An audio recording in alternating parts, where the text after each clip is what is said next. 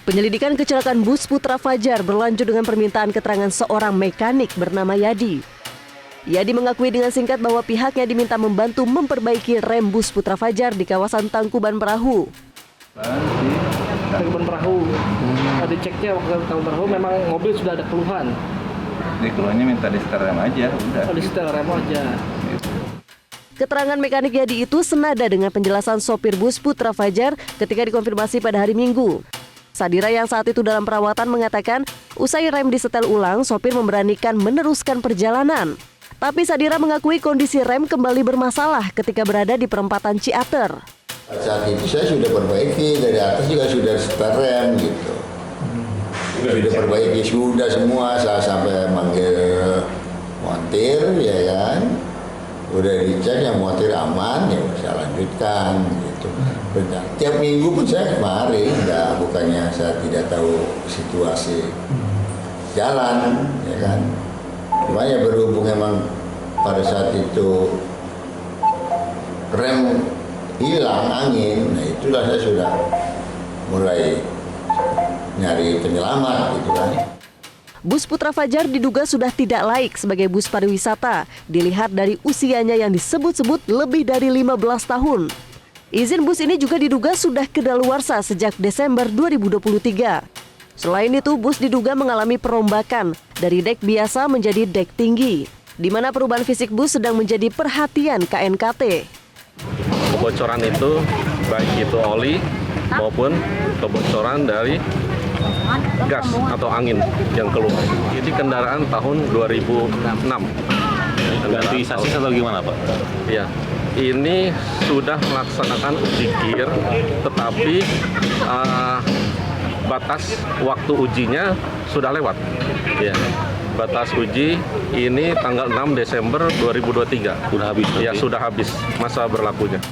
Namun pihak sekolah mengaku tidak mengetahui segudang masalah bus Putra Fajar. Sekolah menyebut mereka telah 2 kali menggunakan jasa bus yang sama. Ini kita pakai wheel-in ini yang kedua kali ya. Karena yang pertama memang pelayanannya cukup memuaskan gitu ya, makanya kita pakai gunakan kembali. Yang di pertama itu baik-baik saja, bahkan kita dari pihak sekolah berpesan kepada pihak travel mengatakan tolong berikan pelayanan ketika kita melaksanakan kegiatan di tahun yang kemarin, karena itu sudah cukup memuaskan untuk pelayanan anak-anak, merasa itu saya minta itu sebetulnya. Acara perpisahan siswa-siswi SMK Lingga Kencana di Kota Bandung berubah menjadi musibah ketika satu rombongan mereka mengalami kecelakaan maut di Ciater, Subang. 9 siswa dan 1 orang guru meninggal dunia dan belasan lainnya mengalami luka berat. Tim Liputan Metro TV. Kita akan lanjutkan diskusi dan saat ini saya sudah bersama dengan Ketua Bidang Angkutan Penumpang DPP Organda. Selamat malam Pak Sani. Malam Mbak Vera. Terima kasih sudah hadir di studio. Pak Sani, yang jadi pertanyaan saat ini adalah banyak yang penasaran sebetulnya siapa sih pemilik dari PO bus Trans Putra Fajar ini? Ya, jadi sampai hari ini kami belum bisa ketemu ya sama siapa pemilik Trans Fajar ini. Jadi saya coba deteksi di lapangan, ya ini pemain memang pemilik bus 1-2 kayak gitulah. Hanya 1-2 bus? Ya, 1-2 bus. Jadi bukan pemilik perusahaan PO bus yang besar gitu ya? Jadi kalau kita bicara pemilik PO besar itu kan konotasi jadi berbeda nih Vera. Artinya kalau dia pengusaha bus, dia punya PT yang jelas, dia punya izin tercatat di Kementerian Perhubungan, kendaraannya juga jelas, spesifikasi dan segala macamnya sesuai regulasi. Nah, jadi memang kalau melihat ini fakta yang dilihatkan dan bisa kita lihat bersama harusnya menjadi sikap ke depan pemerintah mau apa.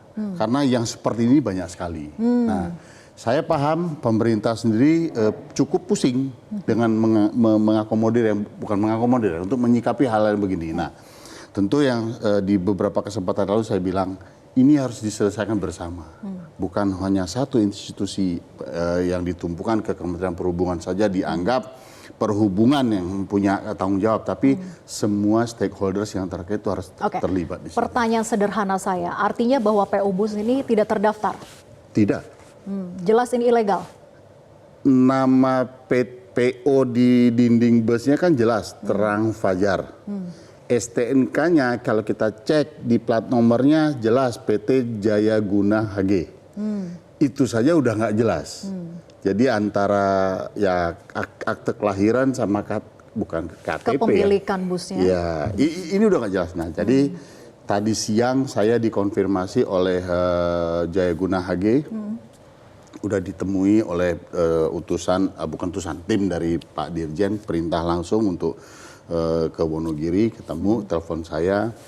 Jadi udah menyampaikan seperti apa yang sebenarnya. Jadi dari Jaya Guna itu sudah dilepas lagi ke tidak langsung ke Terang Fajar ini, tapi ada lagi ke pihak dan pihak-pihak. Jadi ini udah turun-temurunnya sepertinya udah banyak. Ini perlu kita luruskan, jadi bus Putra Fajar ya, bukan Trans Fajar, karena sudah diterangkan ya, bahwa itu bukan Trans Putra Fajar, tapi Putra Fajar.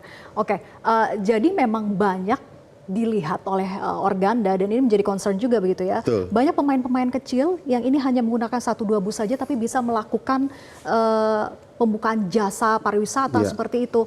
Dan bagaimana kemudian uji KIR yang dilakukan? Nah ini kan kalau kita lihat datanya uji KIR dilakukan tahun 2023, Juni 2023. 2023 Juni dia KIR, Desember 2023 habis. Secara prosedural seperti apa sebetulnya uji KIR itu ketika PO-nya ini bukanlah PO yang terdaftar? Ya jadi sebenarnya kalau kita melihat proses KIR, STNK-nya hidup, dia bawa ke bus atau kendaraan ke tempat uji KIR, di kendaraannya dengan kondisi semua baik, laik jalan, itu dia bisa KIR. Nah, ini kan pertanyaannya, kenapa dia nggak KIR? Ini bukan hanya Tapi setidaknya tahun lalu sudah dilakukan. Ya, tahun lalu, ini kalau saya asumsikan ya, saya lihat, saya pelajari, ini tahun lalu ini waktu KIR itu masih di Wonogiri mobil ini. Belum dimodifikasi? Belum keluar dari Wonogiri dan belum dilakukan perubahan, bukan modifikasi itu, berubah mobil itu. Nah, jadi speknya masih jelas. Nah, kan Kementerian Perhubungan bisa ngecek tuh di Blue, di KIR Wonogiri kan ada capture foto kondisi pada saat dia KIR. Kita tanyakan ke Pak Hendro ya. Pak Hendro, jadi ketika uji KIR tahun 2023, Juni 2023 itu apakah kondisi bus ini sudah mengalami perubahan high deck ataukah belum? Jadi saya sampaikan Mbak, itu KIR itu matinya tanggal 6 Desember 2023. Ya.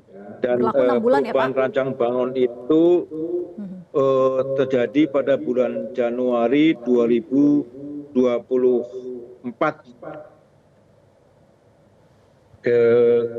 Waktu itu di PO Trans Putra Fajar. Jadi ketika terjadi perubahan rancang bangun itu KIR-nya sudah mati.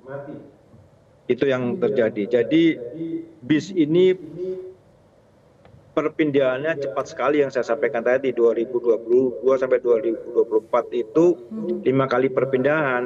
Dan terakhir bis ini sebenarnya izinnya itu AKDP. Izinnya AKDP yang dikeluarkan oleh Dishub Provinsi Jawa Tengah dengan rutenya adalah Solo, Sukoharjo, Pratsimantoro. Itu. Ini bis ini masih hidup izinnya. Jadi izinnya itu 26 Juni 2023 sampai 7 Juni 2024, tapi AKDP. Bukan pariwisata. Nah, ini yang perlu saya dalami karena perubahan-perubahan kepemilikan itu cepat sekali gitu di bis ini. Ini akan terus kami dalami sampai ketemu siapa orang yang ada di balik kendaraan ini. Itu saya udah koordinasi sama Korlantas kita pidanakan. Yang satu pidanakan pemilik yang tidak bertanggung jawab. Yang kedua kita pidanakan juga tentang pelanggaran pasal 277 tentang perubahan rancang bangun karena itu ada pidananya 1 tahun dan denda 24 juta. Itu yang akan kami coba dalami. Jadi semuanya harus selesai gitu, dan bertanggung jawab.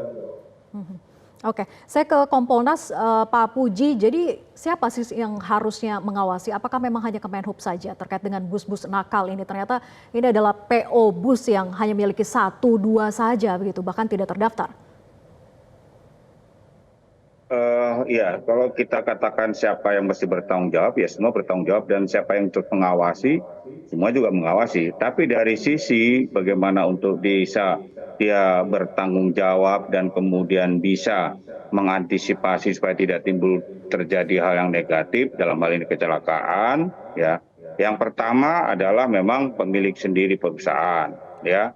Saya pernah pada saat jadi dirjen itu ada perusahaan yang dia memiliki tempat, ya, memiliki peralatan yang dia bisa untuk ram cek, menggunakan cek fisik, ya, seolah dia melakukan kir sendiri. Itu bagus, ya. Dan ini sebetulnya kalau bagi yang perusahaan besar dan punya tanggung jawab untuk keselamatan, itu bisa. Setelah itu baru dilaksanakan kir, ya, yang sesuai dengan peraturan, yaitu kalau provinsi di sub provinsi, di daerah kabupaten, di sub kabupaten. Nah, saya setuju seperti yang disampaikan oleh Pak Dirjen, ya, di mana pengawasan berkaitan dengan masalah itu ada di provinsi karena itu berkaitan dengan masalah pengeluarannya, kirnya adalah provinsi di subnya. Nah, memang Dirjen Perhubungan Darat seperti Kementerian Perhubungan itu tidak bisa secara langsung. Inilah yang menjadi juga PR ke depan, ya, Pak Dirjen, putus, ya, karena adanya otonomi daerah itu. Jadi Kementerian Perhubungan, ya, dalam hal ini mengeluarkan suatu regulasi, aturan teknis segala macam. Nah, berkaitan dengan eksekusi, berkaitan dengan pelanggaran segala macam itu ada di pihak Disub. Nah, ini juga menjadi PR ke depan. Nah, polisi sendiri, kami dari Kompolnas, ya, di awal tadi sudah menyampaikan, jangan ragu-ragu, ya, apabila tadi, ya, ada hal yang kemudian supir itu betul-betul melanggar, ya, berkaitan dengan masalah tidak bisa mengendalikan, kemudian remnya blong, ya, dia sudah tahu tapi dia memaksakan. Walaupun tadi, ya, secara jujur dia sudah meminta pergantian bus yang lebih bagus. Nah, itu. Nah, kemudian dengan pihak perusahaan, artinya jangan PO, menjadikan ya, supir itu hanya sebagai tumbal begitu, ya, Pak Puji? Pak Sani, ya. Pak Sani itu guru saya waktu saya jadi dirjen, ya. Jadi artinya bahwa pihak PO memang harus bisa ikut bertanggung jawab dalam hal ini. Kenapa sampai dia tidak melakukan proses perizinan yang benar, kemudian sampai dia tidak melakukan kir dan tidak sampai katakanlah bertanggung jawab. Nah, didasari apa yang tadi disampaikan oleh Pak Dirjen, nah itulah yang akan kita kawal, ya, polisi. Karena kami kan di Kompolnas sebagai tugas pokoknya adalah sebagai pengawas eksternalnya Polri. Nah, ranah itulah. Tapi dari sisi lain, saya pikir ada hal yang juga kami sampaikan kepada rekan-rekan Polri, hal ini Dirlantas yang tadi saya ketemu, kemudian Kasat Lantas. Ayo kita sinergi, tanggung jawab semua itu masing-masing seperti arahannya Pak Dirjen tadi. Tidak bisa kemudian kita ego sektoral lagi. Ini momen yang harus kita jadikan momentum, ya. Semua harus berubah, semua harus bisa bertanggung jawab, ya, untuk melakukan perubahan, ya. Transportasi nasional itu bermartabat. Dari situ. Itu kira-kira, Mbak. Oke, jadi poinnya Pak Puji bahwa jangan berhenti sampai pada supirnya saja yang jadi tumbal, jadi tersangka, kemudian selesai, tapi PO-nya tidak ditelusuri, begitu ya? Ya. Oke, baik. Saya ke Pak Sani. Pak Sani, sebetulnya dalam kondisi bus yang seperti apa sih yang harusnya dilakukan perubahan sampai dengan high deck seperti ini? Jadi kalau kita bicara sebuah bus itu pada saat kita beli dalam keadaan sasis kita kirim ke karoseri itu membangun bodi dengan superstructure dan semua elemen yang dilekatkan, dan di situ lahirlah namanya SKRB SRUT dan dari SKRB, nah rancang bangun. Nah dari situ kita registrasikan itu ke KIR. Nah jadi sebenarnya kalau bicara kapan harus dilakukan modifikasi, kalau saya dari sisi teknik dan yang baru kurang lebih 30-an tahun berkecimpung di industri ini, itu tidak perlu dilakukan. Kenapa? Karena sangat rentan saat kita merubah superstructure, apalagi itu yang namanya meninggikan, karena banyak gaya yang timbul dari situ, efek itu. Nah, jadi kalau yang biasanya kami lakukan itu adalah biasa ganti model lampu, upgrade model lampu, cat, painting, kaca dan segala macam, interior kita upgrade, kita rapikan. Jadi kalau sampai merubah structure itu sama sudah seperti bikin baru, Mbak. Jadi ini yang harus menjadi concern. Ya kembali lagi, masih banyak yang memiliki bus itu berdasarkan dia lihat bagusnya. Dia nggak peduli dalamnya apa, tapi dilihat enak, dilihat bagus. Nah, begitu ini juga customer. juga penting. Iya, dari sisi masyarakatnya bagaimana kemudian untuk bisa mengenali mana sih sebetulnya bus yang layak untuk dijalani atau yang tidak begitu? Gini, kalau masyarakat awam secara looks like dia tidak bisa bedakan. Makanya minimal masyarakat tuh sudah mengerti bagaimana mengecek kendaraan atau angkutan moda transportasi yang harus digunakan. Yang Pak Dirjen sudah siapkan, Kementerian Perhubungan melalui Dirjen Perhubungan Darat sudah siapkan, itu namanya Spionam, ada juga aplikasi Mitra Darat. Di situ kan terregistrasi. Apabila tidak terregistrasi berarti kan something. Jadi kalau secara body utuh, orang awam tidak bisa membedakan. Nah kalau kami karena memang sudah bidangnya, air matanya Oli, bisa kita lihat ini ada perubahan gitu. Oke. Baik. Semoga ini menjadi pembelajaran kita bersama dan momentum untuk perbaikan gitu ya. Jangan sampai kecelakaan bus dengan alasan rem blong kemudian menihilkan penyebab di belakangnya yaitu PO bus nakal itu tadi. Dan kita nantikan agar disanksi tegas oleh aparat penegak hukum. Terima kasih Pak Sani, kemudian Pak Puji dan Pak Hendro atas diskusinya malam hari ini. Jelajahi cara baru mendapatkan informasi. Download Metro TV Extend sekarang.